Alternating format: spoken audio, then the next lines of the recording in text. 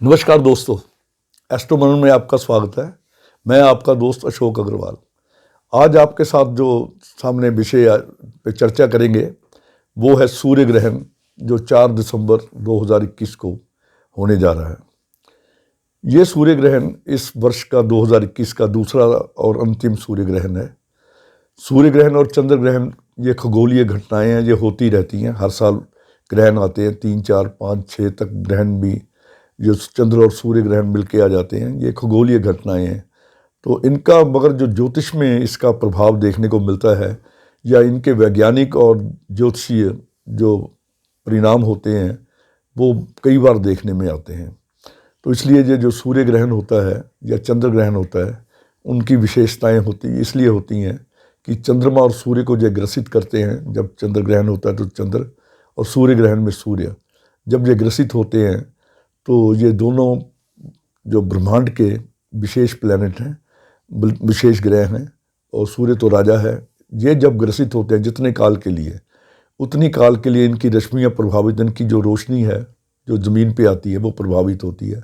और उसके प्रभावित होने से जो जलवायु पे, वायुमंडल पे या खगोल पे, खगोल का मतलब ब्रह्मांड पे, जो इसके असर होते हैं वो कुछ ना कुछ देखने को मिलते हैं।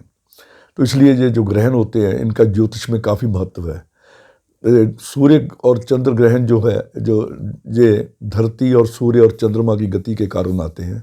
सूर्य ग्रहण जब भी आता है जब सूर्य और चंद्र के बीच में, सूर्य और धरती के बीच में चंद्रमा आता है, जिस हिस्से से गुजरता है तो वो जो सूर्य की जो रोशनी है उतनी हिस्से से आनी बंद हो जाती है।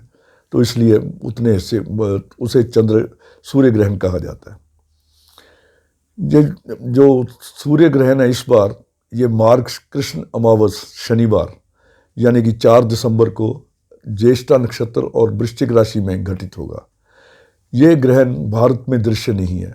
कई बार लोग कहते हैं कि जहाँ ये ग्रहण के दृश्य ना हो वहाँ पे इनका प्रभाव नहीं पड़ता, मगर मैंने ये देखा है कि ग्रहण जब भी होता है, ये मेरा अनुभव है, तो उसकी जो भी ब्रह्मांड में घटनाएं होती हैं, जो ज़मीन पे घटनाएं होती हैं, वो सबके लिए देखने में, सबको सामने में आती हैं।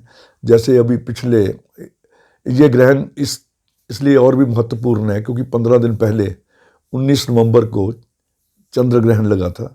ये 15 दिन के बाद दूसरा ग्रहण 4 दिसंबर को लगना, 15 दिन के अंतराल में जब भी 2 ग्रहण लगते हैं तो उनका जो विशेष महत्व उस ग्रहण का बढ़ जाता है। इस बार क्योंकि पिछला जो ग्रहण था वो वृष राशि में घटित हुआ था। वृष राशि खेती की ज़मीन को, वृष राशि खेती को, एग्रीकल्चरल लैंड को रिप्रेजेंट करती है, फार्मर्स को रिप्रेजेंट करती है।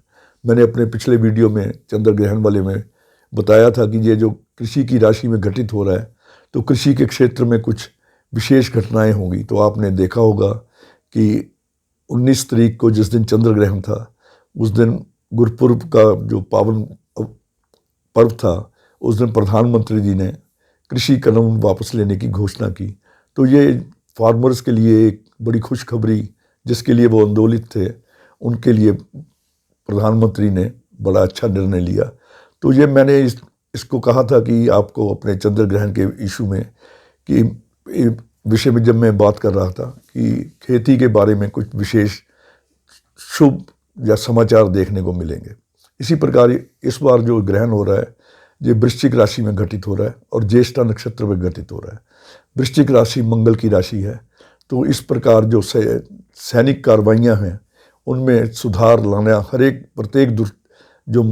प्रत्येक देश है उसके लिए अवश्य भावी होगा। और जिनमें आपस में बैर विरोध रहता है उनको अपनी सीमाओं की चौकसी ज़्यादा करनी चाहिए, क्योंकि इस बार ये मंगल की राशि वृश्चिक में ये ग्रहण घटित हो रहा है।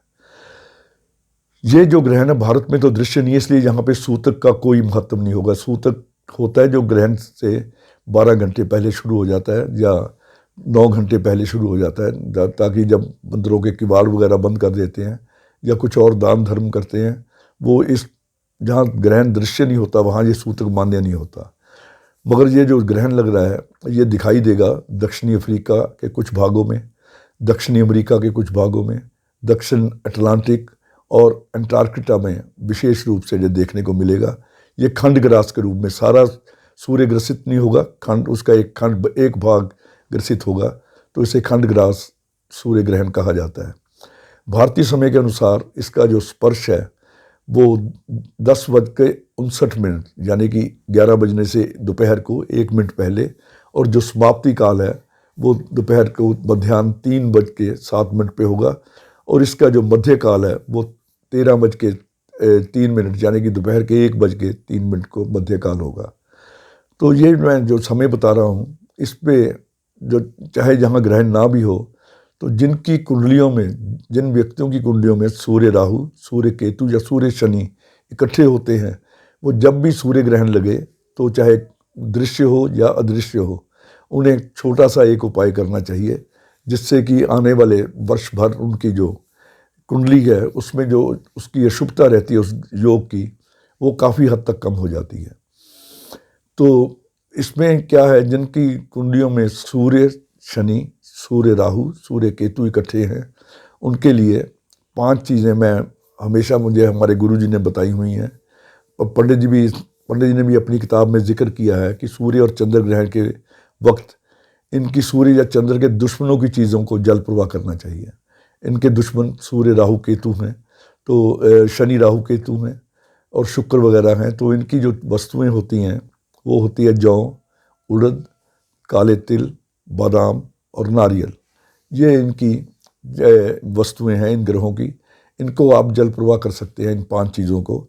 मैं एक बार फिर रिपीट करता हूँ, जौ, उड़द, तिल, बादाम व नारियल।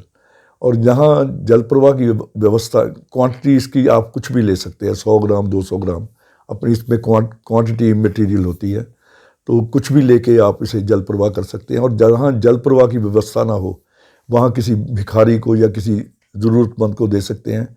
अगर वो भी ना मिलता हो तो इन चीज़ों को पीस के ग्राइंड करके आप रोज़ाना चिड़ियों के या कबूतरों को या चींटियों को डाल सकते हैं और नारियल किसी मंदिर में रख सकते हैं। तो ये जो ग्रहण है इस बार वृश्चिक राशि में होगा और ज्येष्ठा नक्षत्र में होगा। तो जिन व्यक्तियों की राशि वृश्चिक है या जिनका जन्म नक्षत्र ज्येष्ठा है, उनको अपनी सेहत के बारे में थोड़ा सा सावधान रहने की ज़रूरत होती है।